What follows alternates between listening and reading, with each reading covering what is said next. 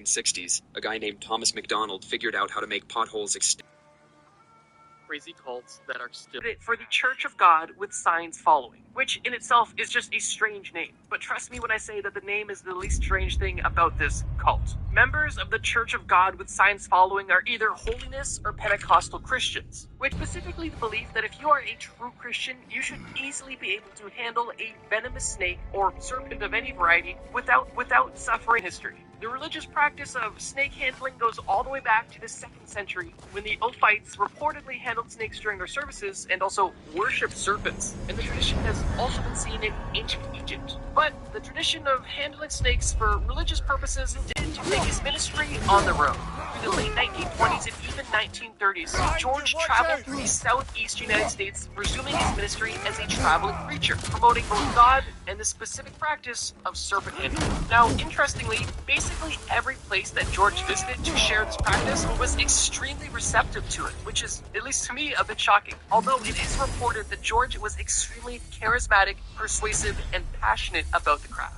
During his time on the road, George visited small towns in Tennessee, Kentucky, the Carolinas, Virginia, Ohio, and even Indiana. And it's reported that each small town adopted the serpent test of faith with overwhelming popularity after having a demonstration from George himself. And it's because of this that the greater Appalachian region, and beyond, churches that went on to adopt this serpent handling ritual became known broadly as Churches of God with signs following. And while most of these churches had no real connection besides their Pentecostal roots, the practice of snake handling was able to bring them together and gave unto you power to tread on serpents and scorpions and over all the power of the enemy, and nothing shall by any means hurt you. Interesting, relatively vague, and I think more metaphorical than anything, but there's also another quote that's a bit more direct, and that's Mark 16:17-18. That goes as follows, quote, "And these signs shall follow them that believe. In my name shall they cast out devils, they shall speak with new tongues, they shall take up serpents, and if they drink any deadly thing, it shall not hurt them.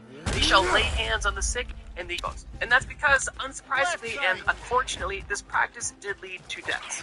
Actually, one of the most ironic and notable deaths caused by this practice was the death of a grandfather of, which continued to go on for decades and still persists in the modern day. Honestly, I feel like that'd be a really cool video for those, boots on the ground YouTubers that just film videos with people. Like, imagine a video, I spent 24 hours with a snake cult. That would be cool to see, and maybe we'll see it someday. But